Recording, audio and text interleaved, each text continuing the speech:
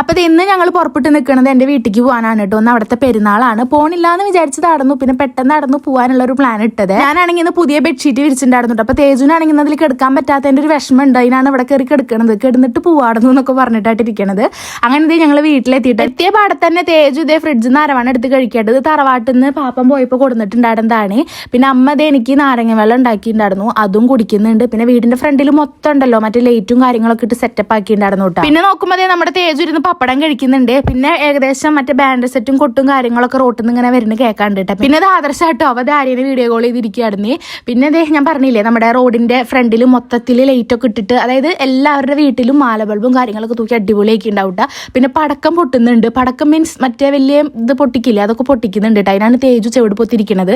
തേജുവിന് ആകെ കൂടി പേടി ഉണ്ടെങ്കിൽ ഉള്ള ഒരു സംഭവം എന്ന് പറയുന്നത് ഈ പടക്കാണ് കേട്ടോ. ഞാൻ എപ്പോഴും പറയാറുണ്ട്, നിങ്ങൾ വിഷുവിന്റെ വീഡിയോയിലൊക്കെ കണ്ടിട്ടുണ്ടാവും പടക്കം പൊട്ടുമ്പോൾ ഓടുന്നത് അവൻ. പിന്നെ മാളും പിള്ളേരും വന്നപ്പോൾ തേജു അവരുടെ കൂടെ റോട്ടിക്ക് പോയിട്ടുണ്ടായിരുന്നു. അവിടെ പടക്കം പൊട്ടിച്ചപ്പോൾ അതേ പേടിച്ചിട്ട് അമ്മയുടെ കൂടെ ഇങ്ങോട്ട് തിരിച്ചു പോകുന്നു കേട്ടോ. അമ്മ അവൻ പേടിച്ച് നിൽക്കണാണ്ടപ്പോൾ ഇങ്ങോട്ട് വീട്ടിലേക്ക് എടുത്ത് കൊടുണ്ടായിരുന്നു. പക്ഷെ പുറത്തുനിന്ന് ഇങ്ങനെ കൊട്ടിങ്ങനെ കേൾക്കല്ലത് കേൾക്കുമ്പോൾ കുട്ടിക്ക് ഇവിടെ നിൽക്കണോടത്തൊരു തൊഴിലില്ല കേട്ടോ. അങ്ങനെ ഹരം കയറിയിട്ടേ കളിക്കാൻ വേണ്ടിയിട്ട്. അപ്പൊ പിന്നെ വീട്ടിലായി കളി.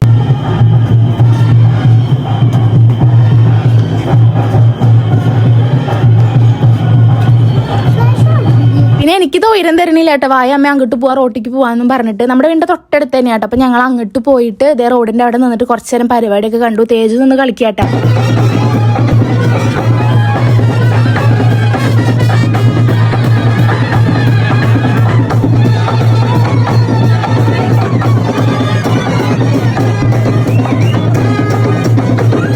പിന്നെ വീണ്ടും വെടിക്കെട്ട് തുടങ്ങിയിട്ടു. അപ്പോൾ പിന്നെ തേജുവിന്റെ കൺട്രോൾ വീണ്ടും പോയി. ഞങ്ങൾ വേഗം തിരിച്ച് വീട്ടിലേക്ക് തന്നെ വന്നേ. പിന്നെ ഞങ്ങൾ എല്ലാവരും ഉണ്ട് കേട്ടത്. നമ്മുടെ കസിൻസ് മാളും മാതും മച്ചും എല്ലാവരും ഉണ്ടായിരുന്നു. ഞങ്ങൾ എല്ലാവരും കൂടി ഇരുന്ന് ഇങ്ങനെ വർത്താനം പറയും. പിന്നെ എന്തോ മിഠായി ഉണ്ടായിരുന്നു കേട്ടോ, ആരുടെയിൽ അതിരുന്ന് കഴിക്കായിരുന്നു. അപ്പോൾ നമ്മുടെ വീടിന്റെ ഫ്രണ്ട് കൂടെ തന്നെയാണ് കേട്ടോ എല്ലാതും പള്ളിയിലേക്ക് പോവുക. അതിപ്പോൾ പൂരായാലും നമ്മുടെ നാട്ടിലെ പെരുന്നാളായാലും എല്ലാതും നമ്മുടെ വീടിന്റെ ഫ്രണ്ട് കൂടെ ആട്ടോ. ഇങ്ങനെ എല്ലാതും ഇങ്ങനെ പൂവില്ലേ, അമ്പലത്തേക്കും പള്ളിയിലേക്കും പൂവില്ല, അതൊക്കെ നമ്മുടെ വീടിന്റെ ഫ്രണ്ട് കൂടെ ആട്ടോ പോവുക. അതുകൊണ്ട് നമുക്ക് വീട്ടിലിരുന്നാൽ തന്നെ കുറേ പരിപാടികളൊക്കെ കാണാൻ പറ്റി.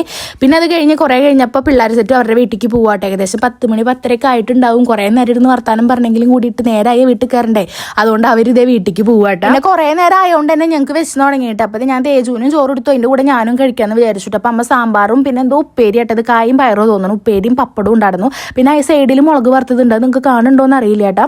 അതും കൂട്ടിയിട്ട് ഞാനും തേജും കൂടി ഒരുമിച്ചിട്ടാണ് കഴിച്ചത്. 2 പാത്രത്തിലൊന്നും എടുക്കാമെന്നില്ല, ഒറ്റ പാത്രത്തിൽ എടുത്തിട്ട് തന്നെ കഴിച്ച്.